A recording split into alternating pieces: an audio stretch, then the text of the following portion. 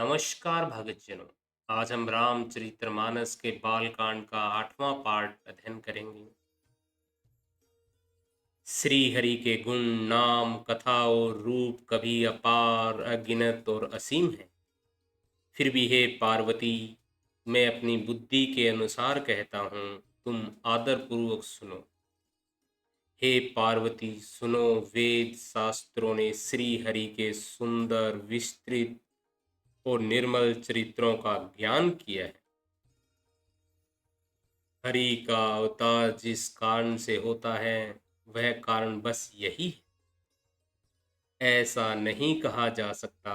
अनेकों कारण हो सकते हैं और ऐसे भी हो सकते हैं जिन्हें कोई जान नहीं सकता। हे सयानी सुनो, हमारा मत तो यह है कि बुद्धि, मन और वाणी से श्री रामचंद्र जी की तृष्णा नहीं की जा सकती। तथापि संत, मुनि, वेद और पुराण अपनी अपनी बुद्धि के अनुसार जैसा कुछ कहते हैं और जैसा कुछ मेरी समझ में आता है, हे सुमुखी, वही कारण मैं तुमको सुनाता हूँ। जब जब धर्म का ह्रास होता है और नीच अभिमानी राक्षस बढ़ जाते हैं और वे ऐसा अन्याय करते हैं कि जिसका वर्णन नहीं हो सकता, तथा ब्राह्मण, गौ, देवता और पृथ्वी कष्ट पाते हैं, तब तब वे कृपा निधान प्रभु भांति भांति के शरीर धारण कर सज्जनों की पीड़ा हरते हैं। वे असुरों को मारकर देवताओं को स्थापित करते हैं और वेदों की मर्यादा की रक्षा करते हैं और जगत में अपना निर्मल यश फैलाते हैं। श्री रघुनाथ जी के अवतार का यह कारण है। उसी यश को गा गा कर भगत जन भव सागर से तर जाते हैं। कृपा सागर भगवान भक्तों के हित के लिए शरीर धारण करते हैं। श्री रामचंद्र जी के जन्म लेने के अनेक कारण हैं, जो एक से बढ़कर एक विचित्र हैं। हे सुंदर बुद्धि वाली भवानी, मैं उनके दो एक जन्मों का विस्तार से वर्णन करता हूँ। तुम सावधान होके सुनो। श्री हरि के जय और विजय दो प्यारे द्वारपाल हैं, जिनको सब कोई जानते हैं।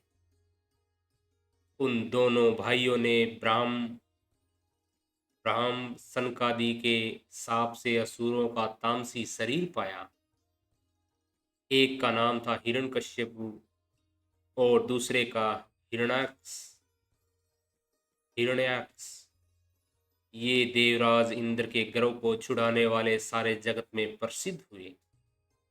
वे युद्ध में विजय पाने वाले विख्यात वीर थे। इनमें से एक को भगवान ने वराह सूअर का शरीर धारण करके मारा, फिर दूसरे हिरण्यकश्यपु का नरसिंह रूप धारण करके वध किया और अपने भगत प्रहलाद का सुंदर यश फैलाया। वे ही जाकर देवताओं को जीतने वाले तथा बड़े योद्धा रावण और कुंभकर्ण नामक बड़े बलवान और महावीर राक्षस हुए, जिन्हें सारा जगत जानता है। भगवान के द्वारा मारे जाने पर भी वे हिरण्याक्ष और हिरण्यकश्यपु इसलिए मुक्त नहीं हुए कि ब्राह्मण के वचन यानी श्राप का प्रमाण 3 जन्म के लिए था। अतः एक बार उनके कल्याण के लिए भक्त प्रेमी भगवान ने फिर अवतार लिया। वहां उस अवतार में कश्यप और अदिति उनके माता पिता हुए, जो दशरथ और कौशल्या के नाम से प्रसिद्ध थे। एक कल्प में इस प्रकार अवतार लेकर उन्होंने संसार में पवित्र लीलाएं की। एक कल्प में सब देवताओं को जलंधर दैत्य से युद्ध में हार जाने के कारण दुखी देखकर शिवजी ने उनके साथ बड़ा घोर युद्ध किया, पर वह महाबली दैत्य मारे नहीं मरता था। उस दैत्यराज की पत्नी परम सती बड़ी ही पतिव्रता थी। उसी के प्रताप से त्रिपुरासुर जैसे अजय शत्रु का विनाश करने वाले शिवजी भी इस दैत्य को नहीं जीत सके। प्रभु ने छल से उस स्त्री का व्रत भंग कर देवताओं का काम किया। जब उस स्त्री ने यह भेद जाना तब उसने क्रोध करके भगवान को शाप दिया। लीलाओं के भंडार कृपालु हरि ने उस स्त्री के शाप को प्रमाण्य कर दिया, स्वीकार किया। वही जलंधर उस कल्प में रावण हुआ, जिसे श्री भगवान रामचंद्र जी ने युद्ध में मारकर परमपद दिया। एक जन्म का कारण यह था जिससे श्री रामचंद्र जी ने मनुष्य देह में धारण किया। वे भरद्वाज मुनि सुनो, प्रभु के प्रत्येक अवतार की कथा का कवियों ने नाना प्रकार से वर्णन किया है। एक बार नारद जी ने शाप दिया, अतः एक कल्प में उसके लिए अवतार हुआ। यह बात सुनकर पार्वती जी बड़ी चकित हुई और बोली कि नारद जी तो विष्णु भक्त और ज्ञानी हैं। मुनि ने भगवान को शाप किस कारण से दिया? लक्ष्मीपति भगवान ने अपना उनका क्या अपराध किया था? वे पुरारी शंकर जी यह कथा मुझसे कहिए। मुनि नारद जी के मन में मोह होना बड़े आश्चर्य की बात है। तब महादेव जी ने हंसकर कहा, न कोई ज्ञानी है न मूर्ख। श्री रघुनाथ जी की जब जिसको जैसा कह करते हैं वह उसी क्षण वैसा ही हो जाता है। याज्ञवल्क्य जी कहते हैं, हे भारद्वाज, मैं श्री रामचंद्र जी के गुणों की कथा कहता हूँ, तुम आदर से सुनो। तुलसीदास जी कहते हैं, मान और मदक को छोड़कर आवागमन का नाश करने वाले रघुनाथ जी को भेजो। हिमालय पर्वत में एक बड़ी पवित्र गुफा थी। उसके समीप ही सुंदर गंगा जी बहती थी। वह परम पवित्र सुंदर आश्रम देखने में नारद जी के मन को बहुत ही सुहावना लगा। पर्वत, नदी और वन के विभागों को देखकर नारद जी का लक्ष्मीकांत भगवान के चरणों में प्रेम हो गया। भगवान का स्मरण करते ही उस नारद मुनि के शाप की, जो शाप उन्होंने दक्ष प्रजापति ने दिया था और जिसके कारण वे एक स्थान पर नहीं ठहर सकते थे, गति रुक गई और मन के स्वाभाविक ही निर्मल होने से उनकी समाधि लग गई। नारद मुनि की यह तपोमयी स्थिति देखकर देवराज इंद्र डर गया। उसने कामदेव को बुलाकर उनका आदर सत्कार किया और कहा कि मेरे हित के लिए तुम अपने सहायकों सहित नारद की समाधि में भंग करने को जाओ। यह सुनकर मीन धवज कामदेव मन में प्रसन्न होकर चला। इंद्र के मन में यह डर हुआ कि देव ऋषि नारद मेरी पूरी अमरावती का निवास राज्य चाहते हैं। जगत में वो कामी और लोभी होते हैं। वे कुटिल कोए की तरह सबसे डरते हैं। जैसे मूर्ख कुत्ता सिंह को देखकर सूखी हड्डी लेकर भागे और वह मूर्ख यह समझे कि कहीं उस हड्डी को सिंह छीन न ले, वैसे ही इंद्र को नारद जी मेरा राज्य छीन लेंगे ऐसा सोचते लाज नहीं आई। जब कामदेव उस आश्रम में गया तब उसने अपनी माया से वहां वसंत ऋतुओं को उत्पन्न किया। तरह तरह के वृक्षों पर रंग बिरंगे फूल खिलाए, उन पर कोयले कूकने लगी और भौरे गुंजार करने लगे। कामाग्नि को भड़काने वाली 3 प्रकार की शीतल, मंद और सुगंध सुहावनी हवा चलने लगी। रंभा आदि नवयुवती देवंगानाएं जो सब की सब काम कला में निपुण थी, वे बहुत प्रकार की तानों की तरंग के साथ गाने लगी और हाथ में गेंद लेकर नाना प्रकार के खेल खेलने लगी। कामदेव अपने इन सहायकों को देखकर बहुत प्रसन्न हुआ और फिर उसने नाना प्रकार के माया जाल किए, परंतु कामदेव की कोई भी कला मुनि पर असर न कर सकी। तब तो पापी कामदेव अपने ही नाश के भय से डर गया। लक्ष्मीपति भगवान जिसके बड़े रक्षक हो, भला उसकी सीमा मर्यादा को कौन दबा सकता है। तब अपने सहायकों समेत कामदेव ने बहुत डर कर और अपने मन में हार मानकर बहुत ही आर्त दीन वचन कहते हुए मुनि के चरणों में जा पकड़ा। नारद जी के मन में कुछ भी क्रोध न आया। उन्होंने प्रिय वचन कहकर कामदेव का समाधान किया। तब मुनि के चरणों में सिर नवाकर और उनकी आज्ञा पाकर कामदेव अपने सहायकों सहित लौट गया। देवराज इंद्र सभा में जाकर उसने मुनि की सुशीलता और अपनी करतूत सब कही, जिसे सुनकर सबके मन में आश्चर्य हुआ और उन्होंने मुनि की बड़ाई करके श्री हरि को सिर नवाया। तब नारद जी शिवलोक के पास गए, शिव जी के पास गए। उन्होंने मन में यह बात का अहंकार हो गया कि उसने हमने कामदेव को जीत लिया है। उन्होंने कामदेव के चरित्र शिव जी को सुनाए और महादेव जी ने उन नारद जी को अत्यंत प्रिय जानकर इस प्रकार शिक्षा दी। हे मुनि, मैं तुम्हें बार बार विनती करता हूँ कि जिस तरह यह कथा तुमने मुझे सुनाई है, इस तरह भगवान श्री हरि को कभी मत सुनाना। चर्चा भी चले तब भी उनसे छिपा जाना। यद्यपि शिव जी ने यह हितकारी शिक्षा दी, पर नारद जी को यह अच्छी न लगी। हे भारद्वाज, अब कौतुक तमाशा सुनो। हरि की इच्छा बड़ी बलवान है। श्री रामचंद्र जी जो करना चाहते हैं वही होता है। ऐसा कोई नहीं जो उसके विरुद्ध कर सके। श्री शिव जी के वचन नारद जी के मन को अच्छे नहीं लगे। तब वे वहां से ब्रह्मलोक को चले गए। एक बार ज्ञान विद्या में निपुण मुनिराज नारद जी हाथ में सुंदर वीणा लिए श्री हरि गुण गाते हुए क्षीर सागर को गए। वहां वेदों के मस्तक स्वरूप मूर्तिमान वेदांत तत्व लक्ष्मी निवास भगवान नारायण रहते हैं। रमा निवास भगवान उठकर बड़े आनंद से उनसे मिले और ऋषि नारद जी के साथ आसन पर बैठ गए। चराचर के स्वामी भगवान हंसकर बोले, हे मुनि, आज आपने बहुत दिनों पर दया की। यद्यपि श्री शिव जी ने इन्हें पहले से ही ब्रज रखा था, तो भी नारद जी ने कामदेव का सारा चरित्र भगवान को कह सुनाया। श्री रघुनाथ जी की माया बड़ी ही प्रबल है। जगत में ऐसा कौन जन्मा है जिसे वह मोहित न कर दे। भगवान रूखा मुंह करके कोमल वचन बोले, हे मुनिराज, आपका स्मरण करने से दूसरों के मोह काम मंद और अभिमान मिट जाते हैं, फिर आपके लिए तो कहना ही क्या। हे मुनि सुनिए, मोह तो उसके मन में होता है जिसके हृदय में ज्ञान वैराग्य नहीं है। आप तो ब्रह्मचर्यव्रत में तत्पर और बड़े धीर बुद्धि हैं। भला कहीं आपको भी कामदेव सता सकता है। नारद जी के अभिमान के साथ कहा, भगवान, यह सब आपकी कृपा है। करुणा निधान भगवान ने मन में विचार कर देखा कि उनके मन में ग्रह की भारी वृक्ष का अंकुर पैदा हो गया है। मैं उसे तुरंत ही उखाड़ फेंकूंगा, क्योंकि सेवकों का हित करना हमारा प्रण है। मैं अवश्य ही यह उपाय करूंगा जिससे मुनि का कल्याण और मेरा खेल हो। तब नारद जी भगवान के चरणों में सिर नवाकर चले।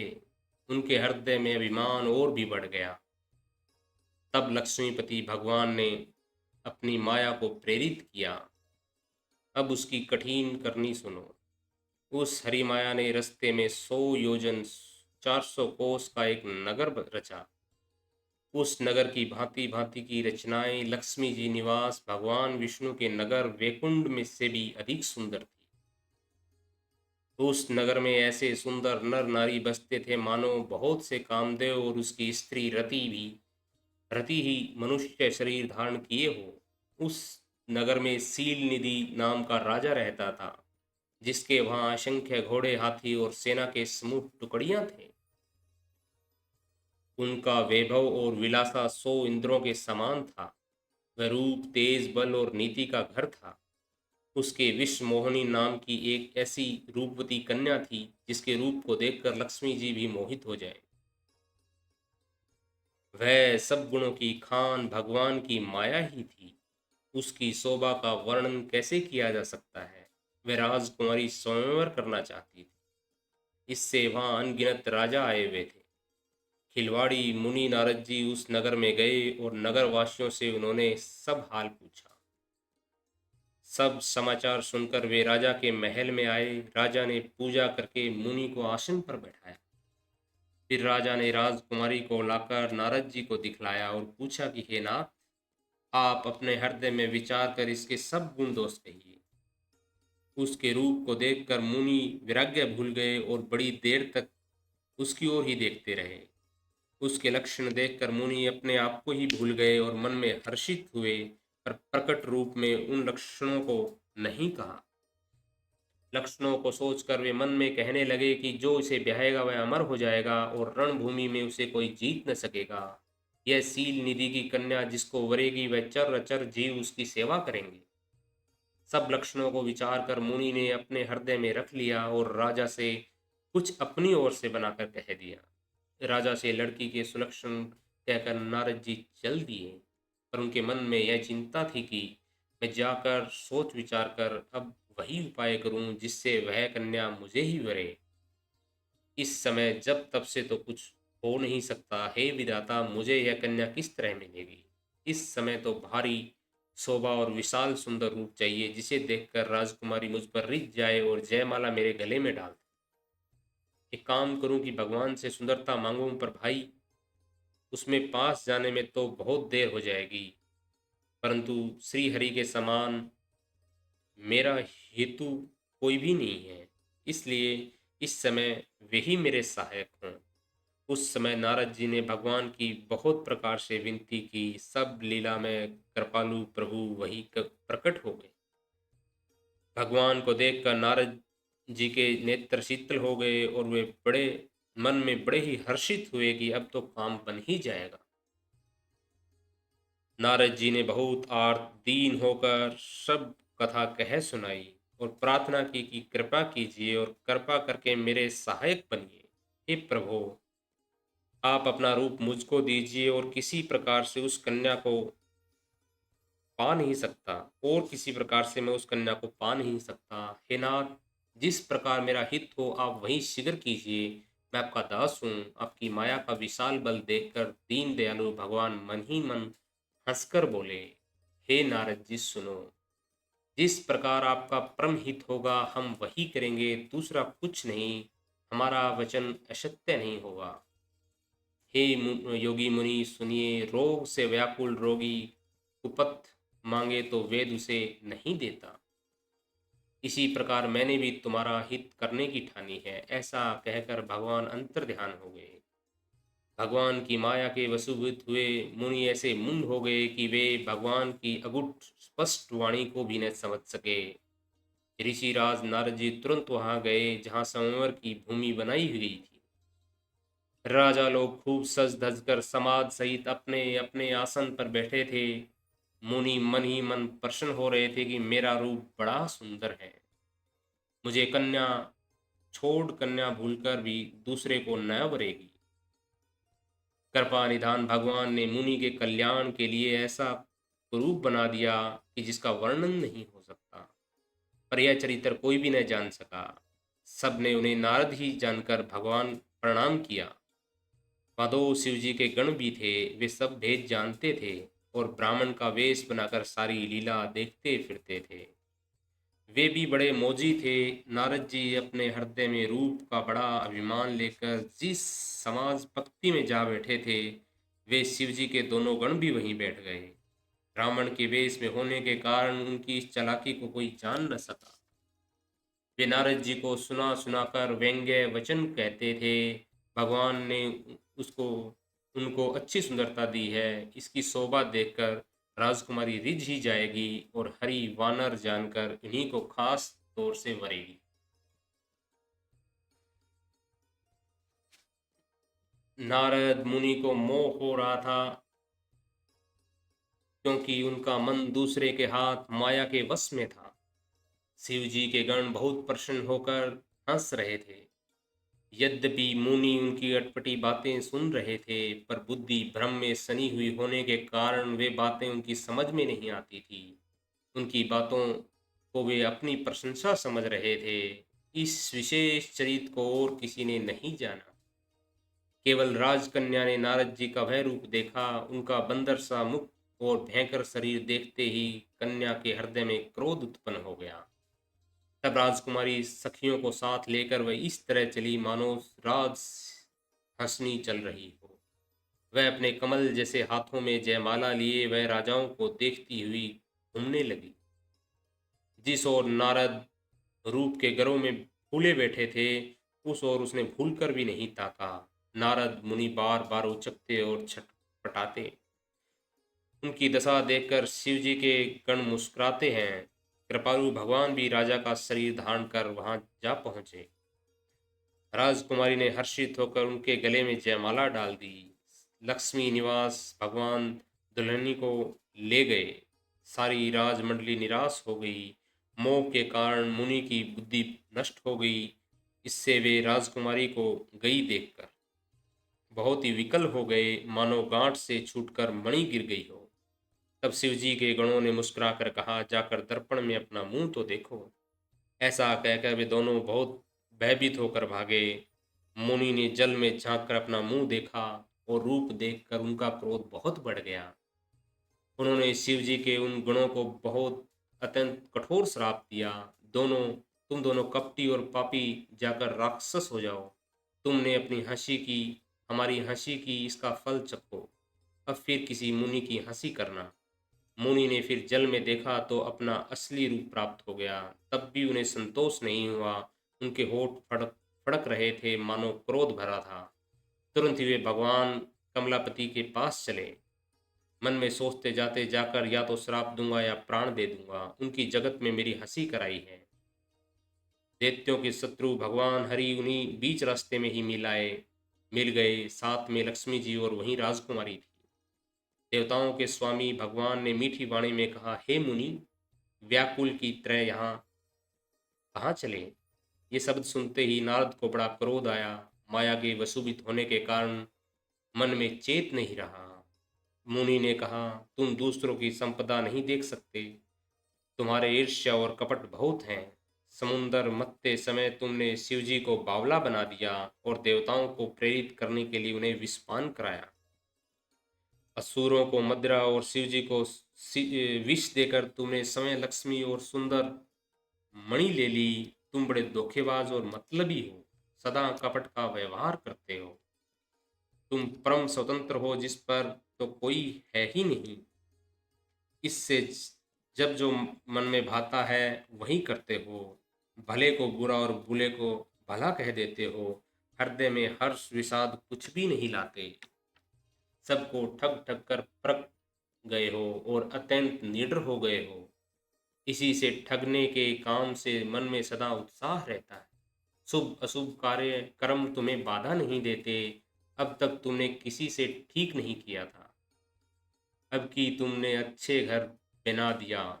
मेरे जैसे जबरदस्त आदमी से छेड़खानी की है, अतः अपने किए का फल अवश्य पाओगे। जिस शरीर को धारण करके तुमने मुझे ठगा था, तुम भी वही शरीर धारण करो, यह मेरा श्राप है।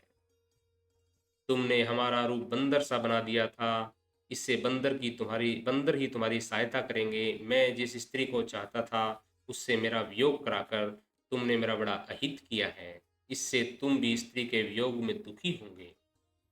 सांप को सिर पर चढ़ाकर हृदय में हर्षित होते हुए प्रभु ने नारद जी से बहुत विनती की और कृपा निधान भगवान ने अपनी माया की प्रबलता खींच ली। जब भगवान ने अपनी माया को हटा लिया, तब वहां न लक्ष्मी ही रह गई न राजकुमारी ही। तब मुनि ने अत्यंत भयभीत होकर श्री हरि के चरण पकड़ लिए और कहा कि हे शरणागत के दुखों को हरने वाले, मेरी रक्षा कीजिए। हे कृपालु, मेरी साप मिथ्या हो जाए। यह दिनों पर दया करने वाले भगवान ने कहा कि यह सब मेरी ही इच्छा से हुआ है। मुनि ने कहा, मैंने आपको अनेक खोटे वचन कहे, मेरे पाप कैसे मिटेंगे।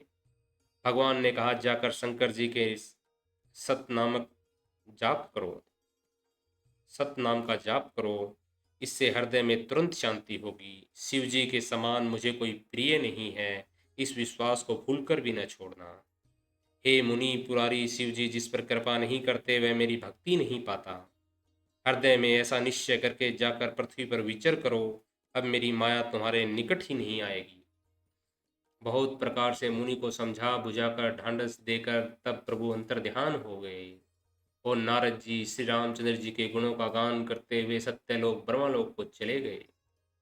शिव जी के गणों ने अब मुनि को मोहर रहित और मन में बहुत प्रसन्न होकर मार्ग में जाते हुए देखा। तब वे अत्यंत भयभीत होकर नारद जी के पास आए। उनके चरण पकड़कर दीन वचन बोले, हे मुनिराज, हम ब्राह्मण नहीं, शिव जी के गण हैं। हमने बड़ा अपराध किया है जिसका फल हमने पा लिया। हे कृपालु, अब साप दूर करने की कृपा कीजिए। तीनों पर दया करने वाले नारद जी ने कहा, तुम दोनों जाकर राक्षस हो। तुम्हें महान ऐश्वर्य, तेज और बल की प्राप्ति हो। तुम अपनी भुजाओं के बल से जब सारे विश्व जीत लोगे, तब भगवान विष्णु मनुष्य का शरीर धारण करेंगे।